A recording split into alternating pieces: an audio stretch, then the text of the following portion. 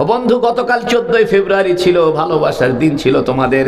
তুমি তো ভালোবাসা চিনলা না, তুমি তো জানলা না কাকে ভালোবাসতে হয়। তুমি কি জানো আমার রাসূলের চরিত্র কেমন ছিল? হাদিসের ভিতরে আছে, শামায়েলে তিরমিজির ভিতরে আছে, রাসূলুল্লাহ যে রাস্তা দিয়ে হেঁটে যেতেন ওই রাস্তা দিয়ে আতরের ঘ্রাণ ছড়িয়ে যেত। ও বন্ধু, একটা হাদিস মনে পড়েছে, বলবো। নবীর একজন সাহাবী ছিল, নাম তার ছিল আনাস। আনাসের মায়ের নাম ছিল উম্মে সুলাইম। একদিন উম্মে সুলাইম হযরতে আনাসকে হাতে ধরে নিয়ে এসে বলছে, ইয়া রাসূলুল্লাহ, আমার ছেলের নাম আনাস, তার বয়স 10 বছরের বাচ্চা। আমি গরিব মানুষ, আপনাকে হাদিয়া দেওয়ার মতো কিছু নাই।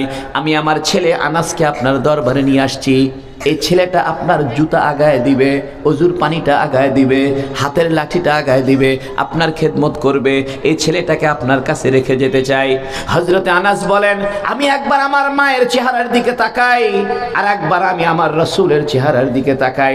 মায়ের চেহারার দিকে তাকাইলেও মহব্বত লাগে, মনে হয় মায়ের কাছেই থেকে যাই। যেই রাসূলের চেহারার দিকে তাকাই মনে হয় লোকটা কত দিনের আমার পরিচিত। যখন রাসূলের চেহারার দিকে তাকাই তখন মনে হয় রাসূল যেন আমাকে কত ভালোবাসে। আমার অন্তরে ভালোবাসার ঢেউ উঠে গেল। আমি চিন্তা করে দেখলাম আমার মায়ের চাইতেও রাসূলকে বেশি আপন লাগে। আমি দৌড়ায় রাসূলের কোলের মধ্যে গিয়ে বসে পড়লাম। ও বন্ধু, এই আনাসের বাড়িতে একদিন নবীজি বেড়াইতে গেছেন দুপুরবেলা।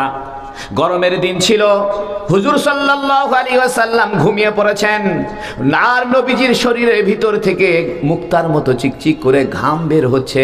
হযরত আনাসের মা উম্মে সুলাইম বলছে, ও আনাস, আমাদের বাড়িতে যে আতরের শিশিগুলো আছে তাড়াতাড়ি নিয়ে আসো।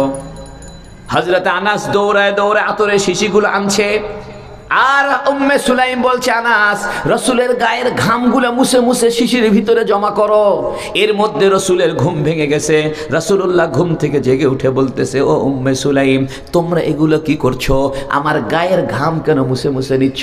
হযরতে উম্মে সুলাইম বলে, ইয়া রাসূলুল্লাহ, আপনি যখন ঘুমায়েছিলেন আপনার শরীর থেকে যখন ঘাম বের হচ্ছিল, এত সুঘ্রাণ, এত সুঘ্রাণ, আরবের বুকে এত সুঘ্রাণের আতর আমরা আর কখনো দেখি নাই।